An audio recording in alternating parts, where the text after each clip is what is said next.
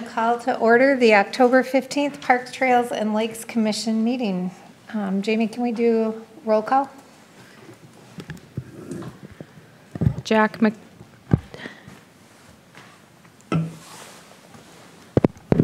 McKenzie. Here. Jason Steenblock. Here. Karen Moorhead. Here. Tim Miller. Here. Tim Gary. Here. Terry Steenblock. Here. Doug Ramseth. All right, so next on the list is the open forum. Do we have? Approve the agenda. Oh, that's right. I completely forgot about that. I'm sorry. So we need a motion to approve the agenda for this evening's meeting. Second. Any conversation? Discussion?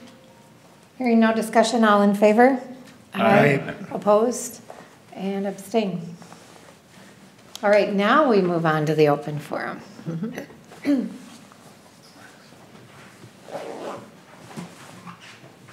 Thank you.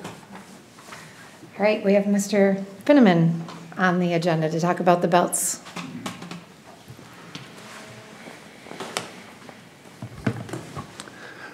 I don't know how formal you are here. Mark Finneman, 20616 Everton Way North, Forest Lake. Yes, I would like to talk about Belts Park. Unfortunately, we were not able to establish a student pack for this year. We're going to try again toward the end of the year when this more of the political science curriculums are on, and see if we can't entice them again. We've had a good history for 3 years. Pushed a lot of things from school levy back to us, maintaining our local police force and everything else. And so they had some real highs. And I was hopeful because I think it's great for the students to have a lobby to bring their ideas forward to the city. And we had all sorts of high expectations about putting them on boards and commissions and all sorts of things. But for heaven's sakes, it just didn't work this year. We graduated everybody last year. And it was really hard to start it again. But I'm not going to give up because, like I said, I think it's a good idea. But what I would like to do, if you let me, is I'd like to stick with what the last 2 packs had intended with Belts Park, so we can see it all the way through. They're off doing their lives with college and what have you, so I can't draw them back in, but I do have a good awareness of what their intentions were, and I'd like to see if I could stay with this long enough to keep presenting what their interests were.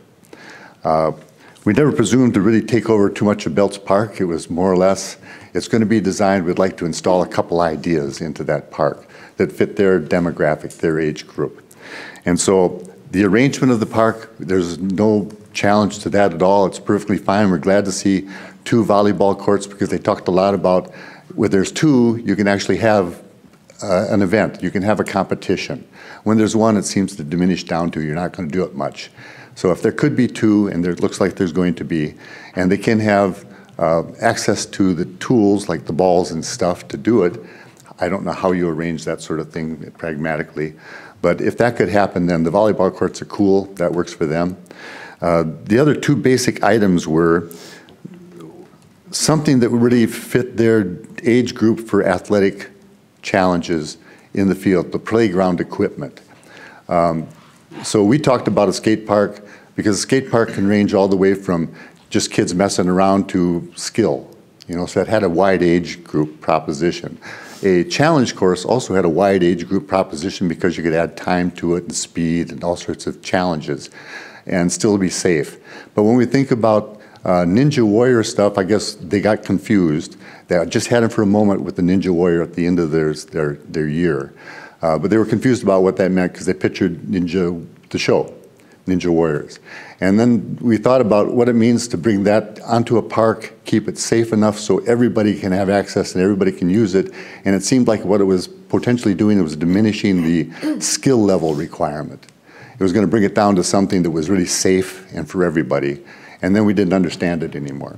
So if I could stay with the idea of that equipment, if that's going to be the game and not the challenge course and the skate park, because I think they have disappeared from the scene, if I could stay with it to just see what it means to have a high school age athletic ability on a park and what those ninja pieces might mean. I don't think the static line, or what do you call those, zip lines, is going to be something that, I don't know, to be safe enough, how exciting can it be? I guess I'm thinking about other parks and how they've done it. So whatever the ninja thing is, if it could be high school age oriented, that's the biggest thing there. The other piece that they really actually started and was the biggest piece of the whole puzzle for them was the pavilion. We didn't think of it as a pavilion. Excuse me if I say we, I'm trying to be them, so however I say this. But the pavilion is something that all they really thought was as a warming house, a nucleus for however many kids get in the warming house come winter. And okay, that's a good core area that we can work with. It could have that during the cold winter, and it could be storage, could be maybe a little bit of vending, because that was sort of high on their list, somehow to access vending, that'll pull people together. But they're looking for a gathering spot. And so if it could have been storage, mechanical, and all those things that need to be in an enclosure, be it remodeling the old one or a new one, that's what they were really looking for, that core thing. What they really wanted was an expansion outside of that, a deck-like feature. Something that was a platform that was roofed, that was covered, that had Wi-Fi, that had all the electrical needs so they could put on, presentations, acoustic guitar stuff, I don't know what. But all sorts of ideas popped up as what you can do if you had a platform. And I think you're positioning your pavilion really neatly over that, over the skating rink area, because that in the summer would be this passive seating kind of area. So they could make presentations. Ideally, the deck, and we didn't think it would have to be too far off the ground, would have been without a big edge, like a big railing that would lock it off. If it was close enough to the ground, it all depends on how you design your grades and stuff, but if it could be without a big barrier to the edge and just a step off, that would have been ideal, because that's like a stage, that's like a platform. That would have been great for doing whatever they might want to do. They wanted to congregate there as groups, to be outside the school campus, and to be away but have a place that they knew they could get together, have Wi-Fi, commune together at their age, set up things to do like the volleyball, set up a stage presentation. I don't know how they're going to go about it, but that was the idea, the pavilion for their purpose, and that was the end of the intention. Beyond that, we thought all we'd get is a revised warming house, and we'd put porta potties on both sides, and we'd do a better job of shielding them, make them look like they're incorporated into the building. We never thought of bringing more utilities to the ground other than the Wi-Fi and the electrical needs that that would have.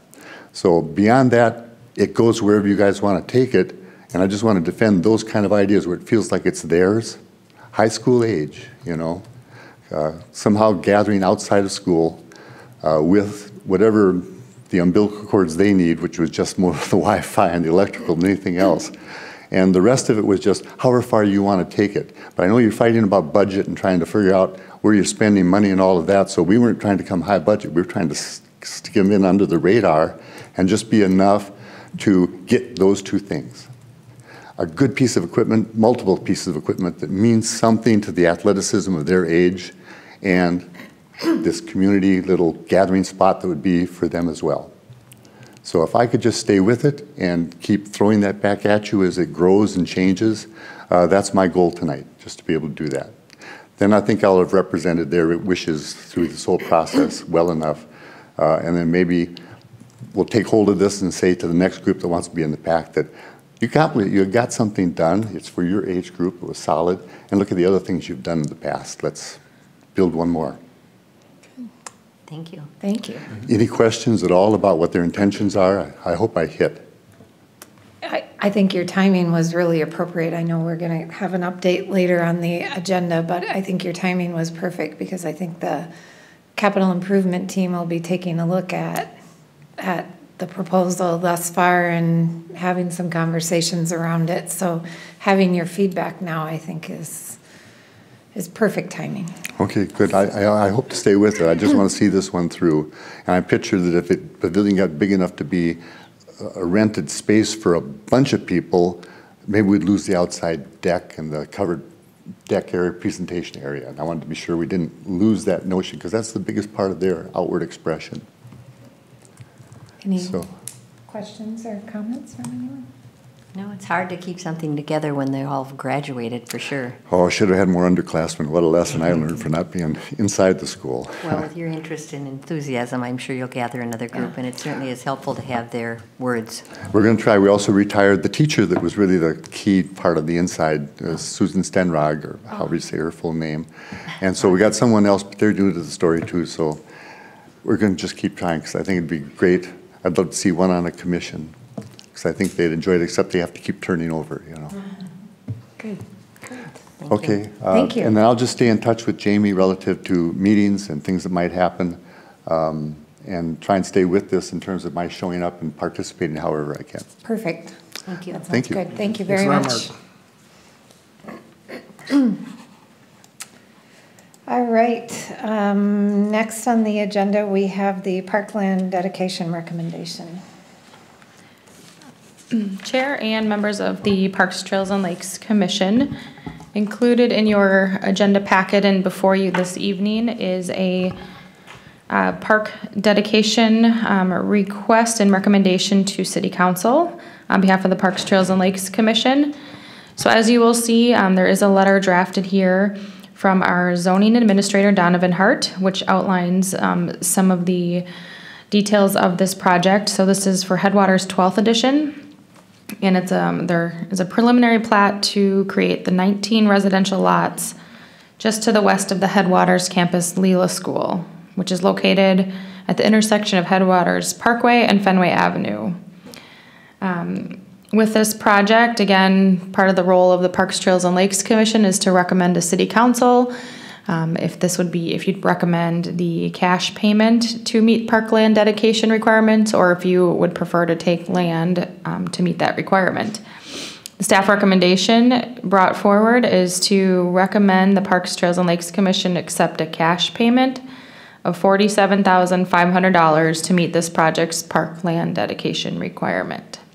With that said, looking to answer any questions, otherwise looking for a motion to approve this evening. Any questions or comments? When was the last time the fee was increased? The last time the fee was increased, I believe, was about 2 years ago, and that went from $1,500 per unit to $2,500 per unit. Okay. And that's comparable to other communities?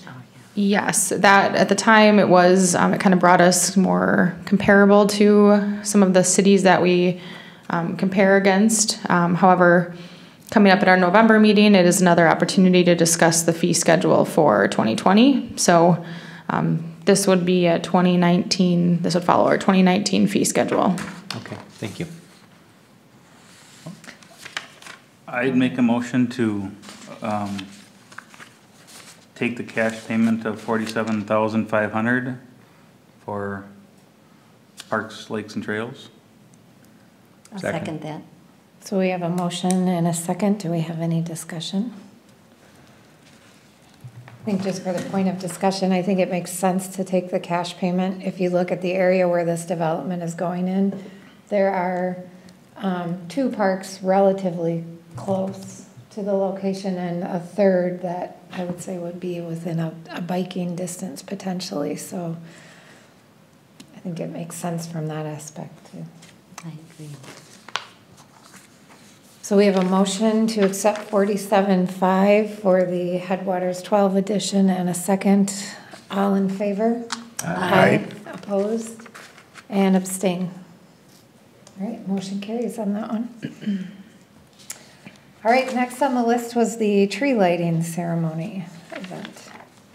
Okay. Chair and members of the Parks, Trails, and Lakes Commission. Can I go back really quick? Yeah. I did think of just one quick question. I feel like with the 47.5, we've either met the obligation to pay off the Fenway or we're really close. Would it be possible to get a reconciliation so we know where we're at with that?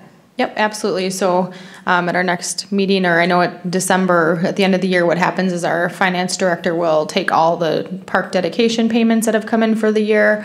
Then they take that total amount, and half has been applied to the Fenway loan. I believe we've received enough this year to pay off that remaining balance. Okay. And so I can get you our current balance for our park dedication fund. And then here on out into 2020, then if that debt is paid off, everything that would come in as a cash payment would be 100% available for park improvement projects, which is really a good timing as well, as we're really working on some big CIP planning and opportunities. So Perfect, thank you. Thank you, sorry. that's okay. Tree lighting ceremony. Okay, so Chair and members of the Parks, Trails, and Lakes Commission, the city of Forest Lake always has an annual tree lighting ceremony, And we've discussed this a couple times now, and I know there's been a couple meetings with our programs and events committee, so they've met a couple times to discuss this. But what we're looking at is the date has kind of been one of the question marks of, do we continue the Sunday of Thanksgiving? Do we move it back to a Saturday event?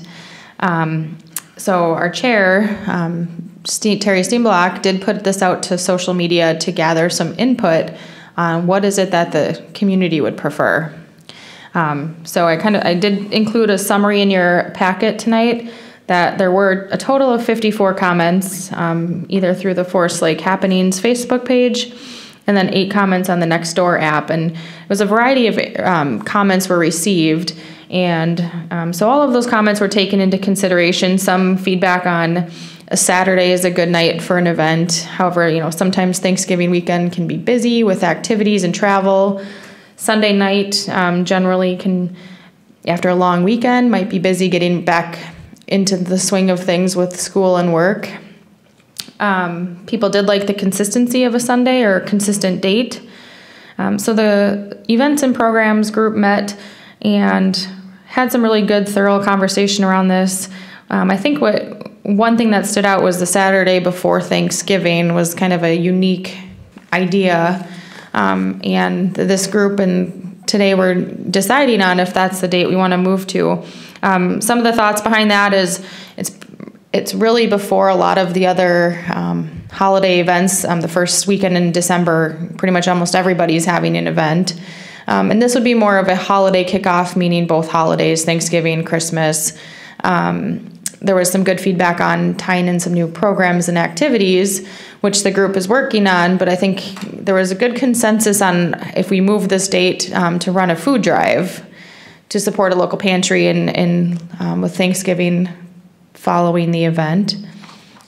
So looking at some different programs and activities around that. And then a big part of the conversation was also still offering a Christmas holiday event, but have that here at the city center, kind of in an indoor event where people can still come and visit with Santa and get their cookies and hot chocolate.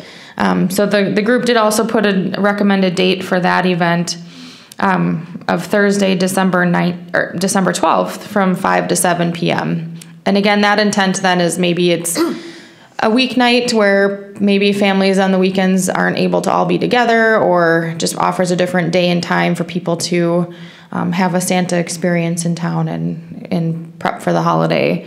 There's also could be being here at the city center, more collaboration just with all the across departments and make it feel, have it be a nice little event here at city center. So with that, we are looking to set the date. We do have to start moving forward with the logistics of the event, contacting different user groups and partners to participate. So tonight we're looking to set a date based on community feedback and recommendations from the Programs and Events Committee. The requested action is approve the tree lighting ceremony for Saturday, November 23rd from 3 o'clock to 5 o'clock at Lakeside Memorial Park, and an additional event on Thursday, December 12th from 5 o'clock to 7 o'clock at the Forest Lake City Center. With that, if there's any questions or discussion, we'd be looking for a motion tonight on this. Any questions or comments, thoughts on? I'll make a motion that we approve the 2 dates, and we'll have conversation after if it passes. Okay. Any other questions? But Second. All right, so we have a motion to approve Saturday, November 23rd and Thursday, December 12th, and a second. So any discussion? The Thursday event, I find it hard. I'm one of the many, I'm sure, residents that commute down to the cities for work. I get home after daycare and all this, I get home by 6 o'clock typically. So a 5 to 7 event doesn't give me a big window to try to make that event happen. I'm wondering if in your discussion of the subcommittee there, if there was any talk about extending that or going, 6 to 8, or if that would be a possibility. I think I'd just open it up to a few more of the residents out there. But in regards to the Saturday, we had some talk, and I think the last meeting, and the Saturday beforehand makes, I think, a lot of sense. So Just one comment for me would be dealing with a lot of the PTAs and PTOs of the school.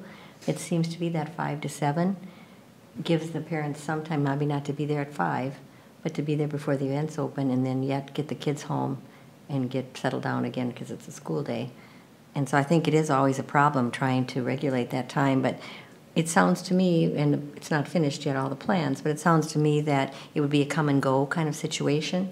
And so that might help your situation, that you might be in the more later group, but that's all I'm thinking. The schools seem to have that as their platform for their parties and whatever. And I guess one other point too, one consideration is it just begin at 5 to 8 and maybe extend it to 8, and would that really, we're already there and everything's set up, would that really have an impact? Part of the conversation was, Santa, I think generally, I don't know if it's a 2 or 3 hour commitment, but we also talked about playing a movie upstairs in the community room on all the TVs up there, so that's a consideration. I don't think that would be a challenge if we just extended it to 8 o'clock to accommodate for more people. I agree. Yeah, to me, that makes sense. Any other? Is that something that we would have to get an amended motion then? Yeah, so you would have to amend the motion if that was something that would. Yeah, I'd like to offer Karen. a friendly amendment to the second requested action item of approving an event on Thursday, December 12th, 2019, and changing the time from 5 to 8 p.m. Second. I know, I'm looking at it. I'd have to approve that as a friendly amendment. You wouldn't like to go 7:30 and cut it in the middle. It just seems to me that's a long event for a school night, but if everyone else is in agreement, I can certainly accept that as a friendly agreement. We'll see how it goes. I think because it's such a flexible time, you got people that work locally so they can be there at 5. You got people like Tim that probably won't get there until 6:30. I think 8 o'clock is good. Works. That's 8 fine. o'clock is good for me. Yeah, it's 3 hours for the folks that can't get in. And we don't know if there'll be weather issues, and we all know about traffic being a It's going to be challenge. beautiful. Both of these events, you're going to be sweating. It's going to be so nice. So But you're accepting I will that? accept that as a friendly Okay, amendment. so we have acceptance, and Jack, did you second that? I did. Okay, so any more discussion on that? Hearing no discussion, all in favor of? Aye. I Aye. Aye. All opposed? And abstain. All right, that motion carries. Thank you. Okay, next on the agenda is the Arts in the Park schedule for 2020. All right, Chair and members of the Parks, Trails, and Lakes Commission, provided as a separate cover tonight, there's a sheet here, a staff memo for our Arts in the Parks schedule 2020. And tonight we're looking to take action to set the date so we can continue moving forward in our planning of our concert series for next year. So briefly outlined in this staff memo provided tonight, explains that Arts in the Park runs every Tuesday in June through August from 5 until 9 p.m. Over the past few years, just where the 4th of July holiday has fallen during the week, we've decided to not have Arts in the Park that holiday week. So for example, in 2017, the 4th of July was on a Tuesday, so obviously we had other things going on. Last year was a Wednesday, and just with all the activities, we thought that was still too close, and even this year being on a Thursday, we did not have Arts in the Park. So we had a 12-week series, but given that 4th of July for next year will be a Saturday, it's my recommendation that we move forward planning a 13 weeks of Arts in the Park, which is every Tuesday, June through August, which is what we're intended to do, and from 5 o'clock until 9 o'clock p.m. So I did list the dates that would be, and again, that would be a 13-week Arts in the Park concert series. So looking for a motion this evening. If there's any questions, happy to take those at this time. So looking for, I'll make a motion to approve the 13 weeks for Arts in the Park. Second. So we have a motion to approve the 13 weeks and a second, so I'll open it up for any discussion. Sounds good. At some point in time, we maybe talked about extending a little bit into the fall because the vendors are still there. Is there any thoughts on that of going, 2 weeks into September or whatever?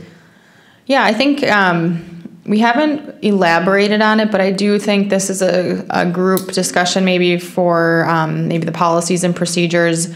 Maybe we can look at a policy that if we have a rain out, the policy is they're scheduled for the first Tuesday in September or something along those lines. I don't know that we'd want to, from a budgetary standpoint, consider entertainment necessarily into September. I think a 12 or 13 week concert series is one of the longer ones comparative to other communities.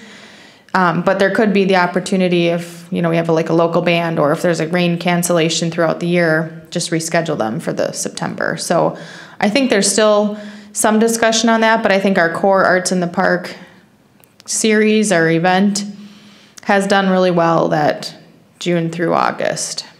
I know at one point we had gotten some feedback too that September was a busy month for people because they're going back to school and trying to get in the swing of the after school activities and stuff. So that I think that would be something we'd want to make sure if we look at extending it, considering trying to gather some additional feedback again. I guess I was just thinking that there seems to be quite a drop off for the vendors at that time. And I realize if you had a Tuesday right after Labor Day, that could be kind of a zoo too, 'cause it's probably the first day of school. But I thought maybe in fairness to the vendors, if there was a way to maybe extend a couple of weeks, because the weather'd still be decent, still be, light till like 9 or so. If there'd be anything we could maybe talk about with that. Yeah, I think that's a discussion, or even if generally what we do is we keep the farmers market open in September. However, because of the back to school and the busy time of year and not having entertainment there, I have learned that those farmers market vendors don't really do all that well, and it's almost they make it a week or two into September and then that's it. So I think that it's a long summer for everybody, staff, resources, vendors themselves. It's a lot of, time commitment getting there and setting up. And with now we have Lake Fest the end of September, early October. So it's good to kind of have that end date with the Rockin' Hollywood does seem to work well. But maybe again, there's an opportunity if we have a rain out, we could consider rescheduling for September. And that could be a future discussion or a future discussion on what we do in September if we want to bring in some local bands to play during the farmers market to keep that piece engaged a little better. Yeah. Mr. Chairman, have you ever spoke to the vendors about that? Are they feeling like they're left off quickly, or are they pretty used to it now? Because I agree, it's such a busy time, the first and second week of September. I have not solicited feedback on that. I think everyone's pretty satisfied with the June, July, and August. That's a pretty good lengthy event to participate in. I certainly can get some feedback from them if they even had interest in September. Because if they would, I agree with your plan that I don't think we should make the concert series any longer. But there are local bands that might just want to be up there and play, and we wouldn't have to have too much other than give them permission to do that, so that the farmers market has some activity, some music or something. But I'd be interested to see what they think, if they're ready to quit by then too. I will reach out and get some input from them on if it's something that they're, have the desire to continue longer. If we were able to, I think that for them, based on past surveys and information I have collected, the band and the weather play the biggest factor in their success of being there. So if we didn't have a big band or a popular band and people aren't coming, their sales aren't going to be as they desire, I'm sure, and then it might not be worth their time to continue on. So I'm happy to get some feedback, but I do know that the band and weather were two of the top comments on their success. So. Okay. The only other thing I was going to point out was if we extended to 13 weeks, we had 2 cancellations last year, I think, due to the weather. So we've already paid for those. So in a sense, it's kind of, adding one more for this year, at least barring no other changes to Arts in the Park. We're not increasing our expenses, which I think is good, and it gives us the opportunity to try the 13 weeks again. I did notice a lot of feedback on the week of the 4th. People were wondering where the band was and were we having Arts in the Park. So this gets us back on a schedule and gives us the opportunity to try it. And it's an opportunity to have heard the feedback as well. So any other discussion before we vote? No? Hearing no discussion, all in favor of extending Arts in the Park for the 13 weeks? Signify by saying aye. I lost my train of thought. Bad cow. Aye. Aye. Okay, all opposed and abstain. All right, motion carries. Is that it on Arts in the Park? Or? Yes. Okay, so then we have the city and school partnership next up on the agenda. So we are just kind of entering into a couple discussions here. We've been, as a group, Parks, Trails, and Lakes Commission, focusing on our 6 different buckets of areas of responsibility. So one of them is our partnerships and agreements. So I think we're always looking at how we can partner within the community, and I think that's one of our goals is to kind of streamline efficiencies, and we all know kind of working together can pool resources and have a lot of benefits. So just a little discussion tonight on a potential partnership or our current partnership with the schools, and kind of look at that a little closer based on what other communities are doing as well. So just have a few things here to kind of talk about. So again, some of the areas of focus that I think has been really helpful for us as we work through different things are capital improvements, programs, events, partnerships and agreements, financials, maintenance and improvements, and policies and procedures. So again, this kind of falls in our partnerships bucket. But I know we're also really looking at what's happening at the national level, and the National Park and Rec Association really advocates for park and rec departments to form partnerships in the community. And although there's a list of different ways you can partner or who to partner with, it's really common for cities to have a strong school partnership with their school district. So here, just kind of references from their website too, just some more information about we're both working towards the same goals and objectives, and a lot of our what we're trying to do aligns with what's happening in the schools as well. So you'll see naturally here that we already have a strong partnership with them, but just tonight want to discuss that a little bit more and kind of show you what City of Hugo does as well. So again, once a partnership is established, there's a lot of opportunities with that. So again, this is kind of what's portrayed at the national level. So I just took a minute here and just highlight the city school current partnership. So we are really, like I said, working with the school quite a bit. There's a lot of city council support for the levy bond referendum. The city and school put on the Lake Fest community event this year. There's the city and school partnership with the mock car crash that was recently done, or for the past several years. We had Mark Finneman here today talking about the Political Action Committee and their involvement in planning. We do work with a lot of their volunteers at community events. And Dr. Massey, or Superintendent of Schools, also, we're talking together on what our facility needs are as we look to expand at Fenway, and they may have opportunities for expansion as well.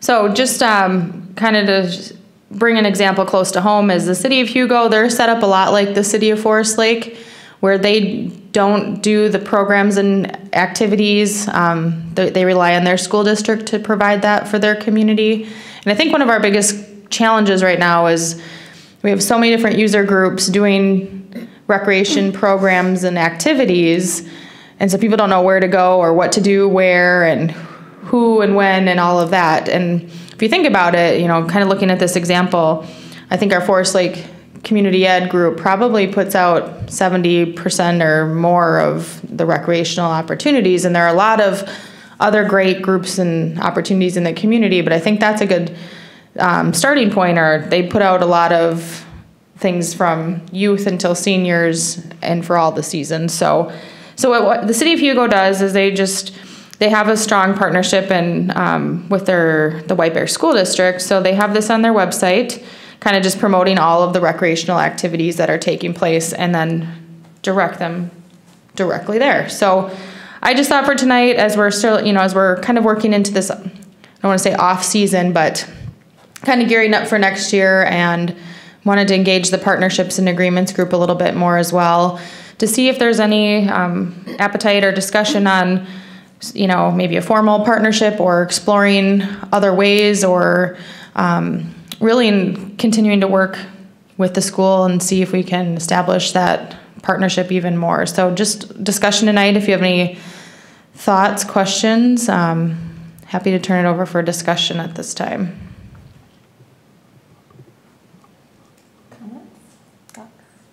Hugo also is close. They don't have a Y. They have a Blaine, or Lino rather, and then in White Bear. So that piece is missing for them, and I would have to think that we'd have to include them in our planning as well, because they also provide a lot of recreational activities.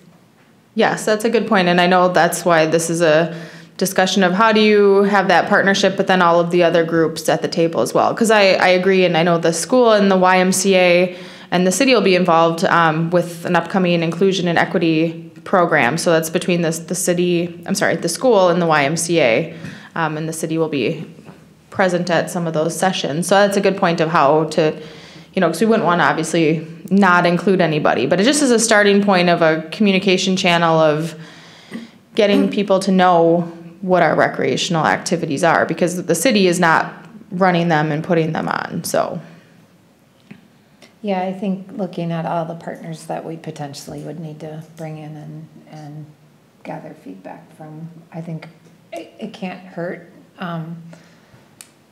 I like it for a few different reasons. I think the city of this size will never have the financial resources or capacity to be able to take on a large community education program.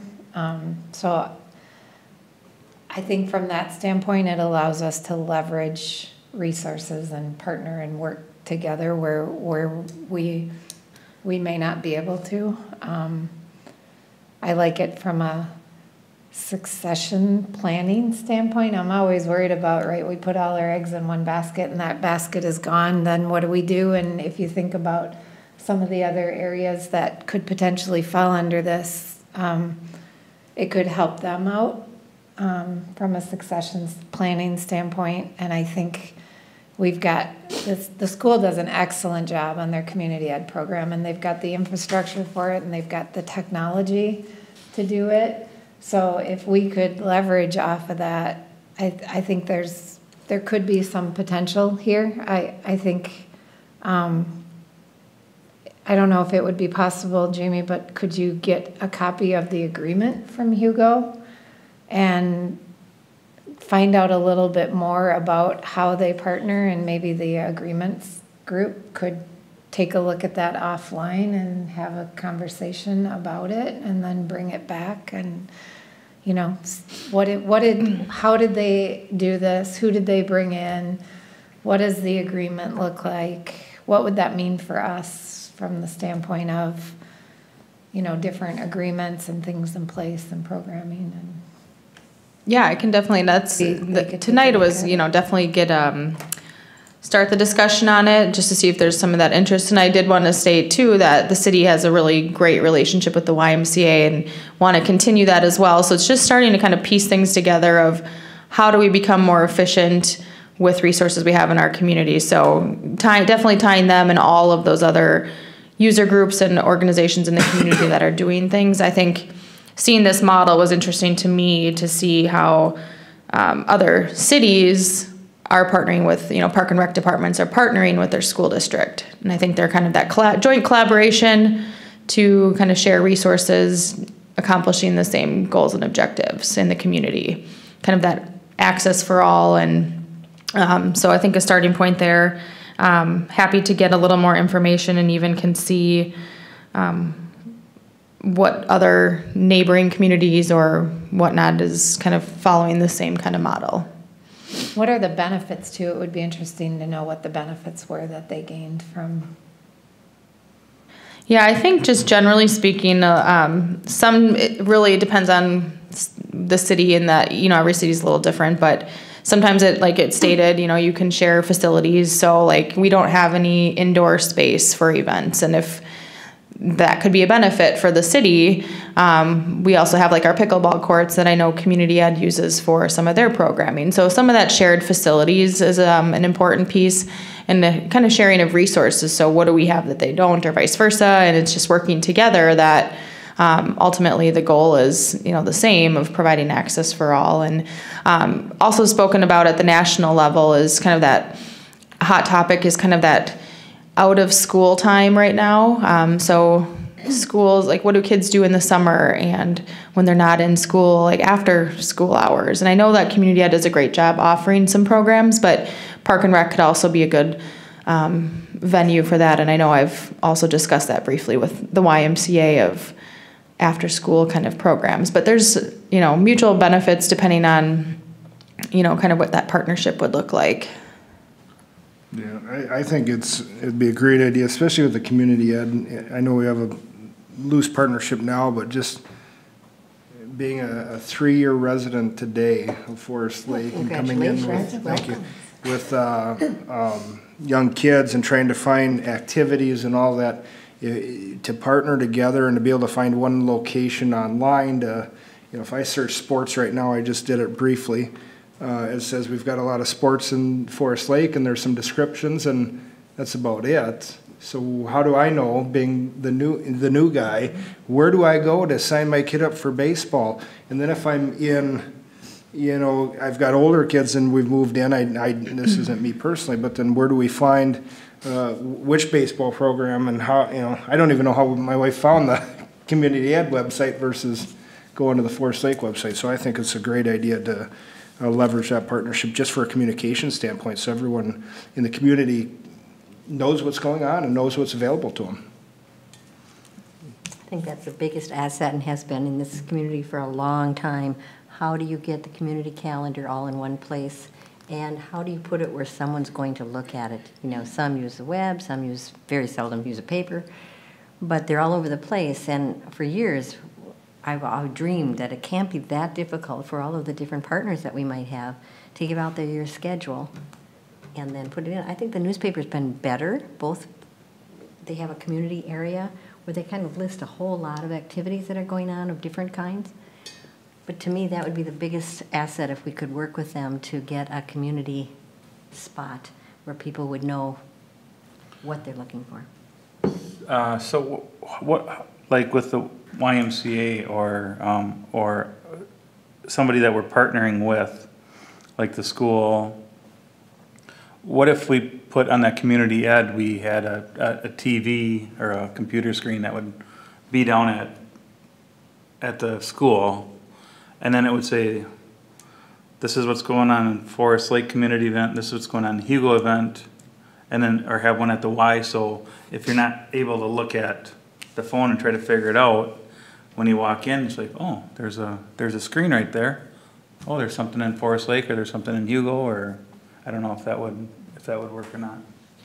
Yeah, I think that cross partnerships, I think, is important, and how I think our job is really, right now we don't play an active role in helping promote what's happening, to kind of Tim's point of for any organization. And I just think with the amount of programs that are offered with the community guide and community education, that's probably, a big chunk of the recreational programs and activities in the community, in addition to the YMCA and other entities that have things. So I think trying to figure out that recreation piece of what's happening and where, and trying to start forming some of these partnerships and being active in them versus just passive of, oh, we're the city and City of Forest Lake, and we don't really help let people know what's available because we're not the ones actually planning it and running it and staffing it. So thought that this was an interesting concept to just discuss and potentially explore of how we can just be more of an active participant to the city.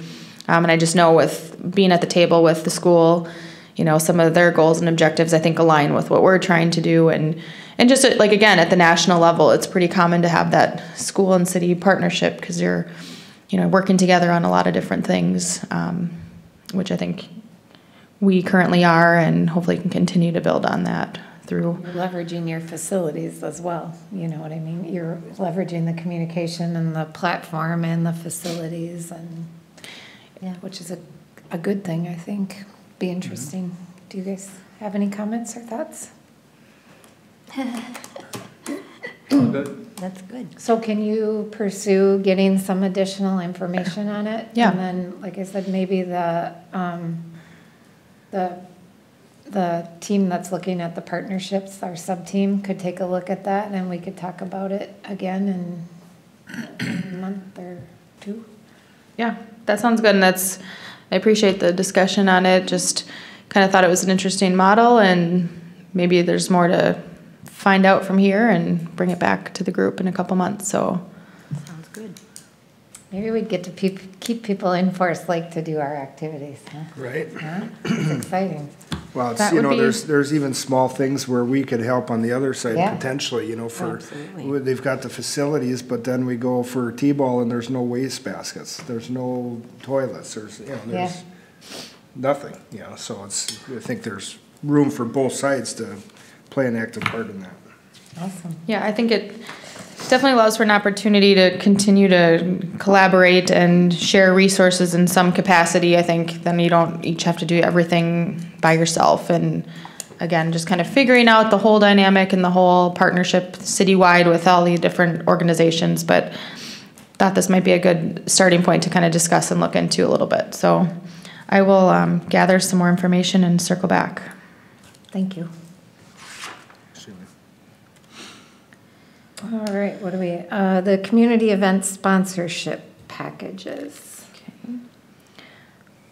So can I give a little context on this? Yes, well, that's While great. you're pulling it up? Yes. Or- Okay, so one of the things we talked about last year was having some type of sponsorship package for the different things that we do here so that as people come forward, if they want to make a donation, they understand what value they get for their donation. And there's a consistent and transparent approach to it, regardless of who you are. So if you donate X amount of money to whatever it is, then you're going to get Y, for example. And one of the things we talked about building a sponsorship package around was the events and activities. So we talked about events and activities. We talked about sponsors for parks and things like that. So one of the things I did was take a stab at an events and activities document for sponsorship. It's really rough, and we're not going to vote on it or anything tonight, but what I was hoping was that a takeaway item could be you guys taking a look at it and then providing some feedback and changes, and then next month we could vote on it. The reason why I was thinking about starting with a community event sponsorship program is because with Arts in the Park and some of the other programming starting as we start, it would be really nice if we had the ability to just go out and say, if you're interested in sponsoring, here's the package, this is what you would get. And it would allow us then to have a better grasp of what type of funding we may have available for these different events. So, again, it's a really rough draft right now, but the concept is that we would have fall, winter, spring, and summer event categories. It would outline, these would be the events. So for fall, I put Lake Fest on there. I think if we can get in the habit of these are the activities we're going to have and these are annually when they're going to occur, then we get into that repeatable pattern, and then the community also knows what to expect year over year. So for the fall, we have Lake Fest, and then One of the things I wanted to talk about was adding a pumpkins in the park kind of concept, which would be a fall. Maybe I could light up those pumpkins, Karen. That'd be good. Some type of family-friendly type of kind of Halloween type of activity. For the winter, we have the tree lighting opportunity, and then thinking about potentially doing a winter festival and bringing back in some winter activities, kind of like the winter carnival, doing something along those lines. For the spring, I had the Eat with the Easter Bunny here, but I was brainstorming, and one of the things I thought about after the fact is that a lot of the different organizations do like waffle breakfasts and pancake breakfasts, so we can strike that. I was brainstorming. But we did the spring fling last year in place of the Easter egg hunt, so maybe leaving that on there, and again, being able to grow some of these things depending, if we know what our sponsorship is, we can have, you know, the magician, the bubbles, the bounce houses, whatever it might be. And then for summer, arts in the park, and then looking at a couple movie nights. So, you know, these would be the categories, and then there would be an investment of potential dollars here. I threw out some dollar levels, so I was looking at sponsorship packages. And the way I got to the sponsorship packages was I took a look at what other parks across the state of Minnesota do for these types of things. So I put some dollar amount, and then, you know, these would be the things that you would gain if you made this type of an investment. Again, it's all brainstorming, but trying to differentiate between the packages. So what I was looking for tonight is just to kind of bring up the subject and have the ask of, if we send this to you electronically, could you take a look at it and suggest any changes, and you know, think about what do you think would be good for a sponsor to receive as part of their investment, and then maybe next month we could make the changes and vote on it so that we have something that we could give to the different organizations and ask them if they'd be interested as we look at some of the upcoming events, and see what we could potentially get for sponsorship, and then we can use that to plan the different events. So that's my spiel. Question? Yes. For the 10,000 level, do they get everything in that column, or just what is crossed off? So they would get, my thought process was they would get the things that are in that column that have the X next to them. So for example, you'll see they get a table at all the events, which would be all 20 of them. Yeah. Versus the other one is only at 4 or 3 or 2, if that makes sense. Yep. Probably not the best way to lay it out either, but we've gotten some feedback that, you know, people would like to be able to use the community rooms here after hours. Well, maybe that's something special for a donor, and there's a cost that comes with doing something like that. Or maybe a seat on the programs and events team if you make a donation of, you know, that size where you can be part of the planning. And I don't know.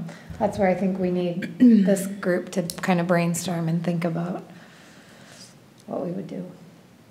It'd be interesting. I know, I mean, a lot of organizations that look for sponsorships for many, many different things. And I've often wondered, what do the businesses, what kind of a plan or an idea do they have of how much of their time and money can be spent on that? And I know Mr. Gary has sponsored many things, and it'd be interesting for me to hear from some business people what they are looking at or what they expect, and because they spend a lot of dollars sponsoring things in our community. I'm always overwhelmed. Mm-hmm. And I think that, you know, in looking at this, you know, just at first blush, it looks pretty good. You know, because you're going to have, like I was noticing there, where you get a sponsorship table at 20 events. You know, and then there was another, let's see, it was inclusion in the materials of all the events. You know, you look at $10,000 and you look at the number of events that you have, And, you know, at first blush, you kind of go, boy, at $10,000 is kind of expensive. But then you look at, you're involved in 20 events in the city, it's pretty economical, you know. You know, I think just roughly on some of the money that I spend, you know, I'm probably spending $10,000 on a couple of events. Really? And so to be able to be involved in 20 events for that amount of money is a pretty nice deal. And I think it, you know, whether you're a business or you're a nonprofit in the area, it gives you the opportunity to participate at a level that maybe, I don't know, it makes sense for, you know. What would the nonprofit be able to do? Kind of like a Rotary, or, you know, the Rotary would get the same options here as would a business. Oh, And I that, see. you know, the marketing and the ability to have a table at the events, or, so, and that might not be the right approach. I was trying to be equitable and just let people know, regardless of who they are, if they make this type of donation, this is what they could expect in exchange for that. One question I have is have you ever, and you know, I'm not sure of I guess the method, but like as an example, have you ever thought about maybe like say doing, you know, like Lake Fest sponsored by, you know, Joe's Corner Garage or something, you know, where they could buy naming rights. You know, like I think about what is it, the senior golf thing. You know, it's sponsored by, you know, Wells Fargo, or you know, at one time it was, you know, 3M and things of that nature. So, and oftentimes people are willing to spend a fair amount of money for naming rights on something, so that, you know, Winterfest brought to you by An à la carte selection. exactly. Yep. Yep. So that, you know, you can kind of pick and choose, and obviously you're going to make it so that they're going to not be able to get a real great, you know, lots of exposure for a real great deal. But I think that, you know, there are some things that, you know, might be more important, or might work better for some businesses if they just were able to just have naming rights on that particular event. You know, maybe it's the, you know, like Arts in the Park, and they're going to sponsor a band that night, or maybe they sponsor for the whole season. You know, so that way, I guess you wouldn't have to worry about how, you know, what the band fee was going to be, because they were going to pay it. You know, obviously Woody's going to do a good job and, you know, get the price, but that's one less line item that we have to worry about as a commission then. Yep, I think it's worth considering and looking at that à la carte, and how we add that in, and then still have some flexibility to use the funds where we think we need to as well. You know what I mean? So we have equal, or not equal distribution, because obviously Arts in the Park is a great example of, that's kind of a premier event. Correct. But how do we make sure we get some funds allocated to the other ones as well? And maybe that's a good, naming rights or à la carte, I think that's a good idea. And I think we've talked about like sponsorship for like Arts in the Park coming up this coming year. You know, whereas again, it's going to be a matter of, you know, premier spots and premier locations, and, you know, again, Yeah. you could name the night or whatever. Yeah. And how will you differentiate the groups? Is this going to be the platinum group? Will this be the cobalt group? Will this be, because otherwise they want notoriety that, hey, we gave up. We are platinum. Right. We're gold. Yep. And that somewhat challenges the other groups to think, we're copper. Right. Yeah. And We're we want to be nickel. cobalt. We want to be diamond Nickel. in time. Or how do we do that? Or, you know what, we're satisfied being copper and touching all these events, but we want to be the band show sponsor for these 3 nights, and we want to sponsor the Corn Fest, à la carte. Yeah. But we don't want to make it so complicated, because I run a system like this for our association. You don't want to make it so complicated that it's going to drive you nuts. And you don't want to offer them too much in return, like, oh, you get 2 coupons for this, and you get a table here, and you can have this, because suddenly you're managing all this peripheral Right. stuff. Hey, no, you get a sign here, a sign here, a sign here. Done. It's advertising for them, and they want it simple too. Yeah. They really do. They don't want to worry, oh man, we gotta find bodies at these tables now. Makes it work. And from a marketing standpoint or an investment standpoint, we want to make sure that if somebody is interested in donating a certain sum of money, that we have that option available to them, and we don't Absolutely. lose potential dollars because of what we've created. It limits them, or it. So yeah, there is that fine line between. And I think this is, again, is one of them. I think we also need to take a look at the parks. If somebody wants to make a sizable donation that goes directly to a park, what does that mean, and what do they get for their sponsorship there? And I don't know. And I like the idea of, finding a way to label the different levels. They do the bark ball. I don't know if you've ever heard, but it's the Humane Society. It's it's a really big deal. And the categories are, dog pound is $500 and whatever. They all have a category that goes along with the program, and maybe that's part of what platinum or gold or something that we need to look at here as well. Could be. When you said the dog thing, reminded me about the dog park that we haven't talked about for a while, and maybe someone will even want to sponsor a major part of the dog park, because I think we really have to hang on to that as something that we really do need to look into having. But Yeah. the other two things Yeah. before you mentioned dogs, I was thinking is a great start. I think it's easy to understand and a good start. Then I'm thinking of Rotary, and Rotary doesn't really sponsor this, but we ask for sponsorships all the time. We want to sponsor our turkey trot, we want to sponsor the plunge, and so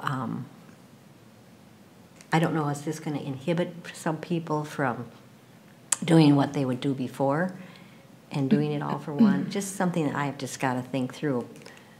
But I know that we do rely on sponsorships a lot, and not city-sponsored things, but our events.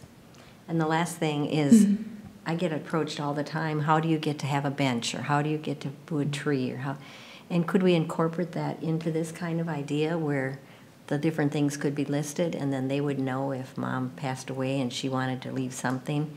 It wouldn't be like sponsoring a park, but maybe a park bench somewhere. So I don't know. Yeah, and I think that's all really good feedback, and I want to thank Terry for putting this together. It's a really good start on what we're looking to accomplish here. Kind of what I gathered from discussion, potentially looking at some a la carte options by event. So if they didn't want to be in for the $10,000 top package, whatever we want to call that, that includes all community events, they have some options to kind of pick and choose if Lake Fest is better aligned with their business or objectives, maybe some a la carte options by events. So maybe we can look at that a little bit. I think it was good feedback on the different levels and what they would get in return, keeping it simple, because I know from experience having to manage all of those deliverables can be very time consuming if you're very nitpicky on certain things. Like Jack mentioned, 2 tickets to this and a reserved seating or parking here. So I think as a commission and as this committee group, really think of what would be some of those, top things. Maybe we put a big banner downtown somewhere that your $10,000 sponsor is going to get recognition on as the big print on there, and everyone else might be on there, but at a smaller level based on where you're at. So I think that's good feedback. Maybe keep thinking about what would be a good deliverable that we can manage and fairly easily, but then also is going to appease the business and nonprofit groups. If you go down that road, you can always do something on the website, rolling banner ad saying gold sponsors, and then you list their names. Platinum sponsors, copper sponsors, and because that's cheap. Yeah, I think with the technology, with website and social media, our message board out front, I think just really maybe we figure out what some of those good return on investments would be, that would be desirable to somebody looking to sponsor community events, like the sign out front rolling on the website, because those are things we can provide data to, how many impressions there are on our website, how many likes and shares things are getting on Facebook. So maybe things that are more easier for us to implement, given kind of the staffing resources we'll have to manage potentially or hopefully a lot of different deliverables if this would go well.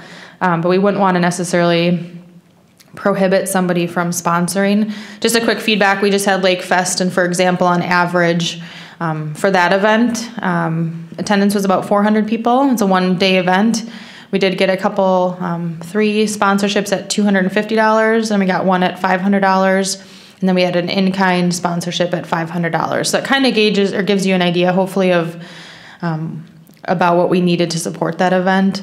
Obviously, each event is weighted a little differently if it's a one-day event for 2 or 3 hours versus you're getting Arts in the Park for 13 weeks. You know, quite a bit of exposure there. So I think just weighting that out a little bit so we figure out what that right dollar amount of a sponsor for the different events. So I would caution earmarking those dollars that come in for anything specific, because then people are going to expect a return on that very specific item.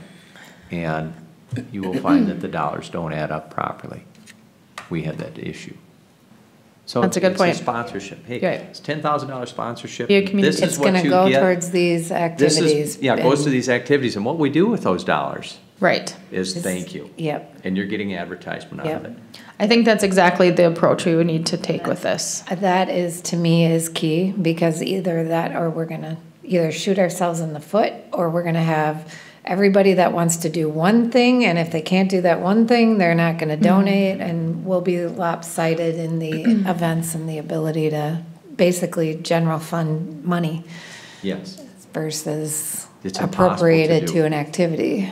So, yeah. I think the one benefit right now is we've had a couple pretty successful years of Arts in the Park, and I think that I've seen the demand for participation in that event through vendors and businesses has increased. So I think there's a lot of value there, and if we've determined what that fair amount is to be sponsoring Arts in the Park, but yet you get these other events, recognition for these other events as well, I think it's going to be a good package and benefit. So I think we focus on Arts in the Park as our main event that you're getting all 13 weeks, or at least have that option. And then how we spend the dollars really is up to us to manage and budget accordingly.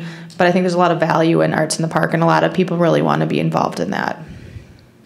Do you have criteria for naming parks?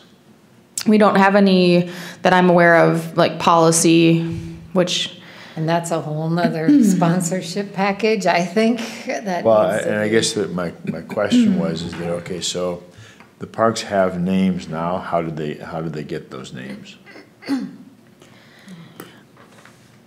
that's a good question. I'll have to do a little research. I do know that some communities do have a policy on establishing naming rights. We do not currently have a policy. If we did have somebody that wanted to have naming rights on a park, I think the most we've gotten to maybe would be like a pavilion or a shade shelter. That's easier. You can just put a plaque on there and Sure. that recognition.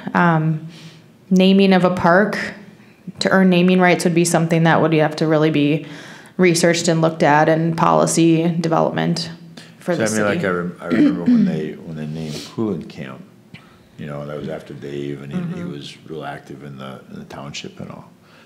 But then I was looking at that Sherwood Park or Southview, and well, how did we come up with those names? And I was just wondering what the policy was, or what the criteria was, or who made the name, or how. That's a great way to engage the policy and procedures group to think about for future, because we could be down the road, have that opportunity Right. Well, with an I guess existing or I future was park. Down at Lakeside, and was just looking at those pavers and things, and I know you can buy a paver someplace, but was just kind of curious about, if somebody wanted to name a park in memory of their mother or grandmother or something like that, and they had, X amount of dollars, do we have a format that we'd say, yeah, we can name it because of this, this, and this? Currently, we do not, but I think that would be something to that put would as be a another future one of these discussion packages item. To work on. Exactly. Yep, yep. Yep. think So in can the- we- I think in the past, since I was on for a couple of them, it was pretty much the area. For Southview, you know, is over on the south side in that area. Bridle Pass was going to be over in that area, and then Officer Silvera. That was named, of course, for him. And then Bayview Park was, because it's the Bayview area, everybody knew Bayview. That was here a long time, but then the community quickly changed that to the Green Park. Anyone that lives over there now, you will not get them to say Bayview Park, it's the Green Park. Oh, really? Yeah, they like that better. A lot of green over there. And that's the park where Bayview Liquor used to be? Right. Oh, you know that place? It's hard So tearing could it we down. do this as a next step on this? Jamie, can you send it electronically to everybody? And then could we send feedback back to you before the next meeting that you could incorporate into a draft that we could then review at our November meeting and discuss, have an action item in November to review and approve or deny? Yes, I certainly can. And just for discussion tonight, you know, it sounds like, to Tim Gary's point, the $10,000 is the top level, seems fair to attempt, nothing more, nothing less. Does that seem pretty comfortable as, you know, numbers wise, does this seem like a pretty good starting point, or any other feedback on the different potential levels that we would develop? What's the end goal? What's the number that you need to hit? I think that this would, I think this would allow us to, the amount of sponsorships that we have come in would kind of help drive what entertainment we can solidify at the event. Right now, we're budgeted for groups kind of in this, excuse me, $600 or so, you know, dollars per event, up to $1,000. So I think this allows us to really leverage the quality of our events and to continue to grow that. And some of these events that are new, obviously we don't have budget for them. So I could do the math, you know, put some calculations together on what each community event, what our actual costs are. I can pull that up together pretty quickly. But really it allows it to remain a free community event. We can continue to expand on that, elaborate on what we can offer, and just make the events bigger and better, continue to be free and available to everybody. Do you know your sponsor base? And can you mentally envision who can afford what? And how much money you need? And who's really going to fall into this category or that category? And then they should equal. So these were based on looking at what other communities do, and where they can end up. As I look at,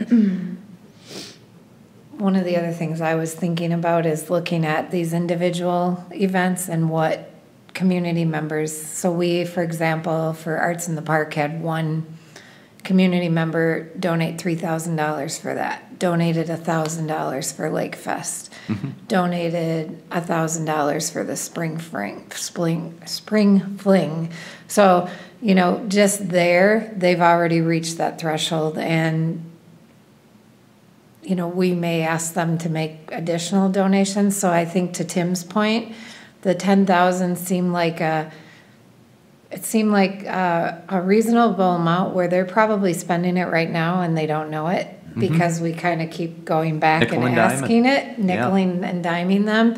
And the 500 seemed like a reasonable amount based on when we've had, like the Spring Fling, we had certain activities within there that some of the businesses sponsored, and they were around like, you know, $250, $500 just to do that one activity.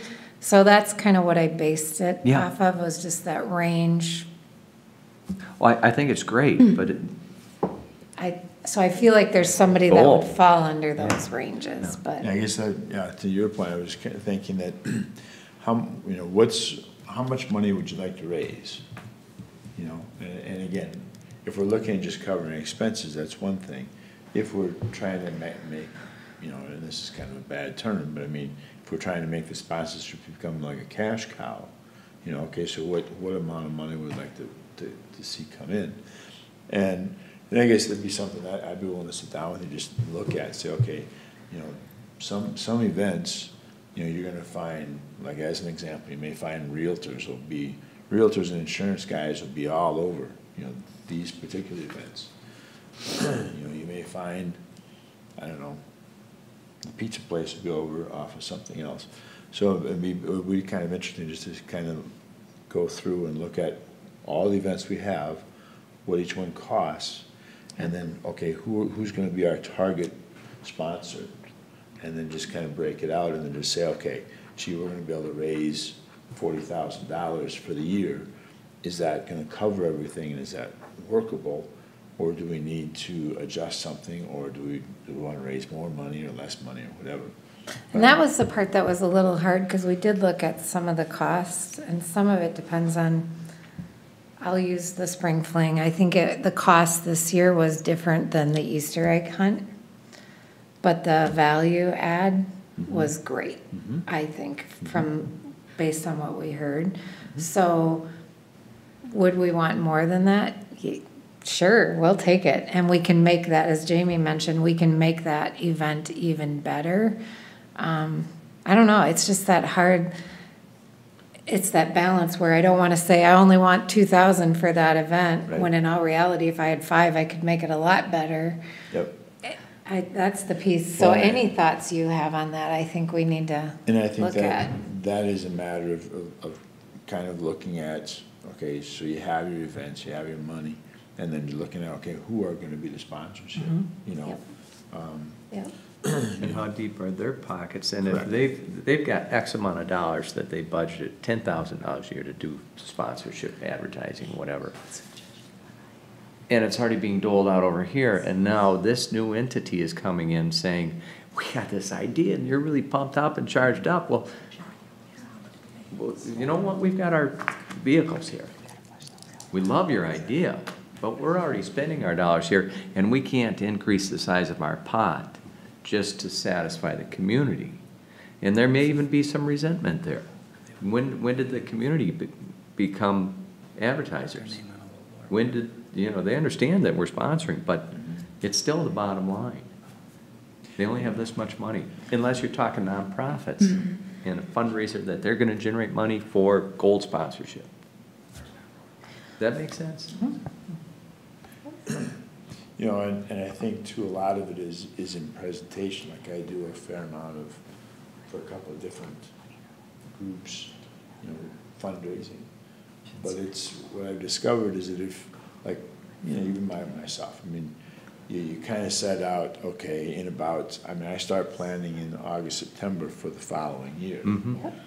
So that if I get a letter in September that says, hey, we've got an event in April and we'd like you to donate, okay, I can plug that in. If, though, I get a request in April for a request for April, my April budget's pretty well set. Yeah. I really can't do much. Yeah. So it becomes kind of a matter of, once we get the thing all planned out, you know, then again, presenting it to different businesses I and just agree. kind of giving them a heads up, you I know, agree. what would typically be a fiscal beginning of the year. I agree, and that's part of the spirit behind it, is being able to have a communication strategy around it that we can share with, Sure.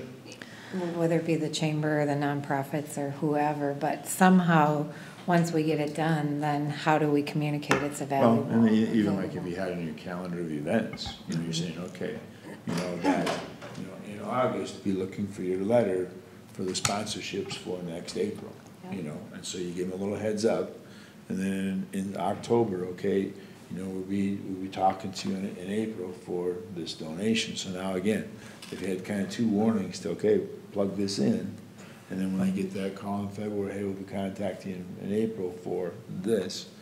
Now they've already got a plan, they've already got it figured out, and away it goes. Yeah, I think it's great. Yeah. I think when you tighten it up, when you title it, when you find your target and find what they can really afford, it's gonna be great. That's all you have to do Yep. is package it. yeah.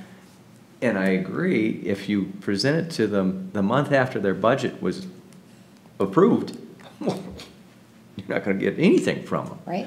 They have to generate dollars.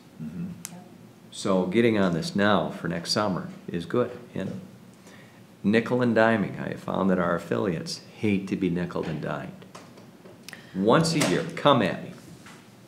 I don't care what you do with the dollars. But my name had better be in the logo, right there, big, because I'm doing platinum, or a podium sponsor. That's the other issue with titling certain events. You might get competitors that say, "Oh, hold it, I'm on that, and I paid $5,000 for that, and I don't want this real estate agent involved here. This is mine." So you have to really work through that too, because we've run into that. I think it's a great start, and I'd be happy to help out. Again, any feedback that you have, if we can get it to Jamie, and then we can Yeah. incorporate it into the draft, and then we can look at it. Talk about this. Let me know. Yeah. That sounds great, and I think to kind of wrap up the conversation, I think the goal in this is to start that step in the next direction of having these packages to make it easier for potential sponsors, make it easier for the city. It's a more efficient approach. Instead of the city always going to the same potential sponsors for each individual event, it's more of a thoughtful, proactive approach to our community events that are free, and I think there's a lot of businesses that want to support that and make these events free to the public.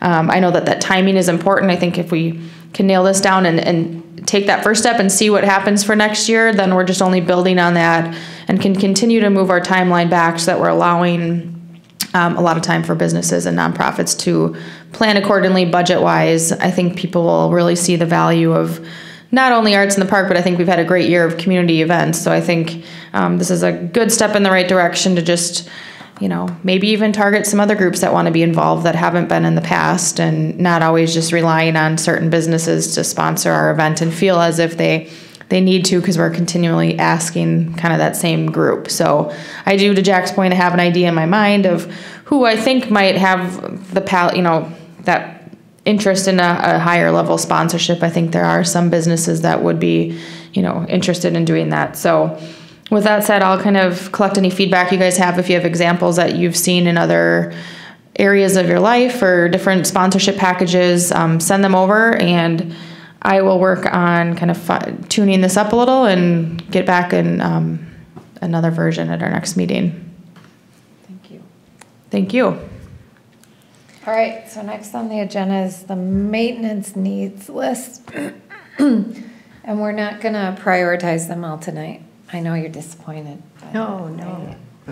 So Chair and members of the Parks Commission, I can kind of just do a quick intro on this and turn it over to you guys to discuss. Really, this is more of developing kind of that process for moving forward and discuss what this process is going to be for our maintenance tasks. So we have our maintenance and improvements budget. These are things that are broken, things that need to be repaired, maybe improved because it's outdated. Aesthetically, what can we do to spruce things up a little bit? So that's kind of our maintenance and improvements list. It's anything outside of the big capital projects that's the capital improvements group. So Belts Park, redevelopment, trail development. So I'm going to put up on a screen here a spreadsheet, and I know Terry, if you want to talk about this a little as well, the process that we're going to do moving forward, starting kind of now let me get this up here. I'm going to take you back right to last year when we started. We had the community feedback sessions, and then that came in that whole big spreadsheet that we had. And then last month, we looked at the capital improvements that we want to focus on, and we prioritized and listed those. We also had a maintenance and improvements bucket, which is what was in the email that Jamie sent you. It was attached in there of the list of the things that came out of the community feedback session that were related to maintenance and improvements.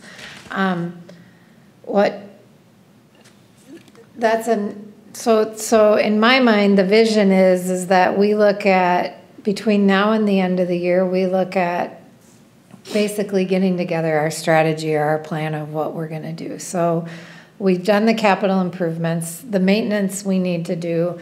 So what we were thinking is maybe along the lines of, in October, the parks kind of close.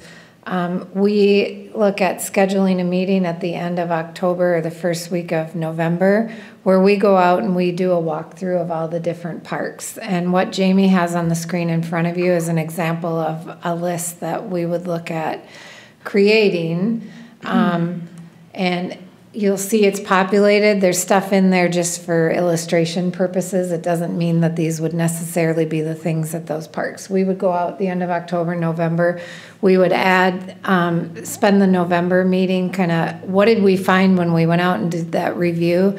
Plug them in here, and then take that list that was on the community feedback that Jamie sent in the other email and look at that. And what from that list needs to be plugged in over to this list, if that makes sense. And then we would be able to use this maintenance and improvements list if we have funds available that we want to purchase. These would be the things that we could look at and discuss for purchasing. If Dave needs a list of maintenance items to work on, he can use this list and then basically cross it off when it's done.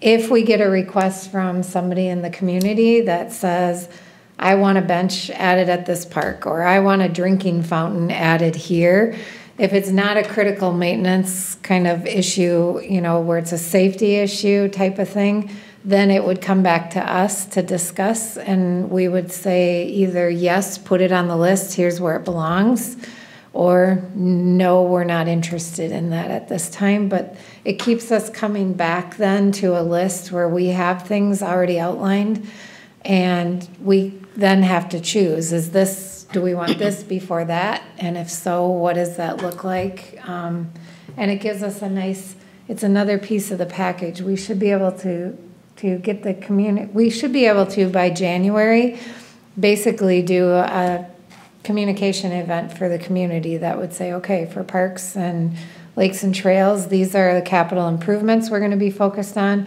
This is our maintenance and improvement schedule. These are the agreements that we're going to be doing, and these are the programs and events we're going to be doing.